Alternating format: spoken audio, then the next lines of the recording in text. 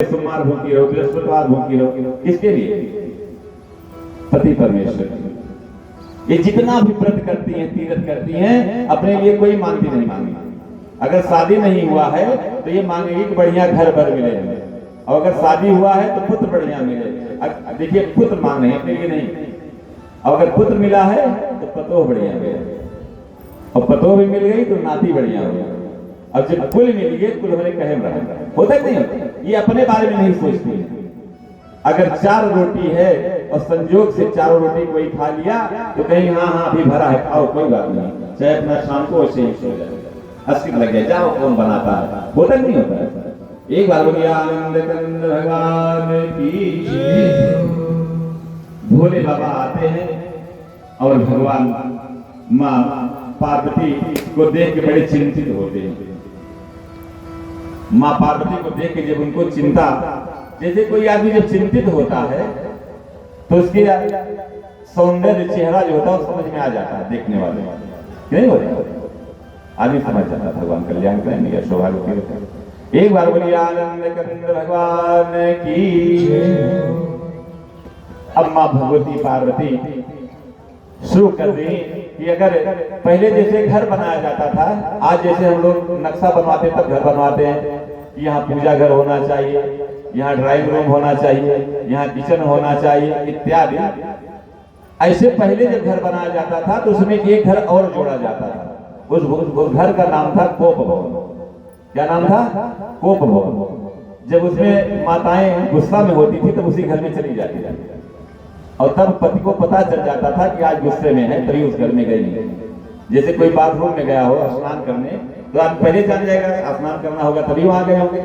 ऐसे पहले एक घर और बनता था, वो घर का नाम था कोप भवन। राजा दशरथ के भी जमाने में थी। कहीं कहां गई थी जब गुस्सा में थी? कोप भवन। तो पार्वती मैया को जब भगवान ने देखा इधर उधर नहीं दिखाई पड़े तो उनको चिंता हुई, तो उन्होंने कोप भवन की तरफ देखे तो माँ भगवती पार्वती बड़े चिंतित में हैं और कह रही हैं, ये बताइए इतना चिंता किस घर में आने की क्या जरूरत है? कहो तो मैं वो तारे ला दूं, कहो तो सूर्य चंद्रमा का मिलन करा दूं, और कहो तो पूरा विश्व हमारा बंधन चिंतन करता है, तुम्हें कौन सा दुख है उसको बताइए, मैं उसका अवश्य निवारण करूंगा, लेकिन आप इतनी चिंतित ना हो। ये हर पुरुष का धर्म है कि स्त्री का मुख देखते चलना चाहिए। देखने का मतलब अर्थ अलग ना लगाइए, उसका मतलब यह है कि इनको कहीं दुख तो नहीं है। जो भी विवाद हुआ था ढोल गंवार शूद्र पसनारी, वो ताड़ना का नहीं, ताड़ना का मतलब साधना होता है। क्या होता है? साधना। कि इनको देखिए कहीं कोई दुख तो नहीं है। माँ पार्वती ने कहा कि ये चुपड़ी बात हमें न बताइए, और ये बताइए कि ये मुंडमाला जो पहने हो ये किसका है, यही आप बता दीजिए, बस सब गुस्सा का समाधान अपने आप हो जाएगा। भोले बाबा ने कहा कि ये आज नारद भगवान आए थे क्या घर में? क्योंकि भोले बाबा जानते थे कि ये इसकी महिमा, इसका रहस्य या तो हम जानते हैं या देव ऋषि नारद जानते हैं, इसलिए उन्होंने कहा कि आज नारद घर में आ गए थे क्या जो गुस्सा में हो गई हो, ये मुंडमाला के बारे में पूछ रही हो। अब तक तो आप नहीं पूछी। माँ भगवती पार्वती ने कहा कि आप जैसा सब थोड़ी है हमें नहीं मानता है। देखिए फिर व्यंग बोल रही है, आप जैसा कोई नहीं है कि जो हमें नहीं मानता, सब हमें मानते हैं, सिर्फ आप ही नहीं मानते। और मैं अन्न जल सब त्याग दूंगी जब तक इसके बारे में आप नहीं बताओगे किसकी मुंडमाला। भोले बाबा ने कहा ये मुंडमाला तो तुम्हारा ही है। अब माँ पार्वती को बहुत चिंता हुई, और कुछ देर के लिए जैसे मूर्छा आने लगा, लेकिन अपने आप को संभालते हुए कह रही हैं कि हे प्रभु, हे नाथ, हे नाथों के नाथ भोलेनाथ, हमारे पास एक सुई कहीं लगता है, जरा समय कोई कष्ट होता है तो तुम्हारा पूरा शरीर दर्द करता है, और आप हमारा ये सर अलग कर देते हो तो आपको कष्ट कैसे नहीं होता? मैं यही जानना चाहता हूँ। आप हमें हमेशा हृदय से लगा के रखते हो और आज कैसे काट देते हो सर, हम इसी के बारे में जानना चाहते हैं। आप हमारे बिना नहीं रह सकते हो तो कैसे इतना हमें दंड देते हो? भोले बाबा ने कहा कि ये दंड नहीं है, आपको मैं मानता हूँ, आपके बिना मैं नहीं रह पाता हूँ, इसीलिए तो मैं अपने सीने से तुम्हें लगा के मुंड माला अपने हृदय में धारण करता हूँ, ये अंदर से भी तुम हो और बाहर से भी तुम हो। माँ भगवती पार्वती कहीं प्रभु ये बताइए क्यों हमारा सर काटते हो?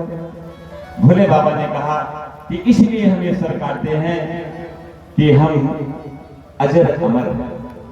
जैसे आप लोग देखे होंगे राम का जब जन्म होता है तो उत्सव मनाया जाता है। रामनवमी को भगवान कृष्ण का जन्म उत्सव अष्टमी को मनाया जाता है, अलग तिथि अलग महीना है। लेकिन भोले बाबा का भी जन्मदिन कभी मनाया जाता है? नहीं मनाया जाता। क्यों? क्योंकि वो अजर अमर है। तो मां पार्वती ने कहा कि प्रभु अगर अजर अमर होता तो अच्छी बात है, आप हैं तो हमको ही अमर कर दीजिए, ये बार बार ना आना जाना पड़े। कोई तो इसका रास्ता होगा, कोई संकलेश्वर कुछ न कुछ तो होगा। प्रभु आप तो देव के देव हैं, आपकी मैं पत्नी हूँ, कुछ तो प्रभु बताइए, इसका कोई उपाय होगा। भोले बाबा ने कहा कि एक उपाय है, लेकिन वो सबके बस की बात नहीं है। माँ भगवती पार्वती ने कहा कि प्रभु कौन सा उपाय है? उन्होंने कहा कि इसका एक ही उपाय है, अमर कथा श्रवण कर लो और ये जीवन अमर हो जाएगा। मां पार्वती ने कहा कि प्रभु कथा सुनाई, मैं अमर हूं। भोले बाबा ने कहा कि पूरी कथा सुनना पड़ेगा, नींद ना आने पावे, और तुम्हें हुकारी भरना पड़ेगा। हुकारी भरने में क्या, जैसे आप लोग बैठे हैं, जो हुकारी भरेगा या मनवा सुने रहेगा, मुड़ी हिलाएगा, कुछ करेगा, उसको नींद जल्दी नहीं आएगी, पूरा समझ में भी आ जाएगा। होता ही नहीं होता है। इसलिए भोले बाबा ने कहा कि तुम सोना नहीं, और तुम एक काम करना कि हुकारी जरूर बोलना। हमारे देव के देवान देव महादेव अमर कथा शुरू करते हैं, और मां भगवती पार्वती कथा का रसोस्वादन कर रही हैं और हुकारी भर रही हैं। और हुकारी भरते भरते मैया को नींद आ गई। जैसे आप लोग कभी कभी सो जाते हैं, मैया जी को नींद आ गई, और भोले बाबा इधर अपनी कथा शुरू किए हैं, कथा कर रहे हैं। और मां भगवती कथा तो सुनी, लेकिन पूरी कथा नहीं सुन पाई। जब कथा पूरा हुआ तो जैसे हम लोग पूजा पाठ करते हैं तो एक लोटा पानी पहले रखवा लेते हैं। आज तो लोटा का प्रचलन है, लेकिन पहले जो था वो कमंडल रहती है। क्या था? कमंडल रहता था, क्योंकि वही चलन था। वो लोटा का जल पात्र रखे, कमंडल से जल निकाले,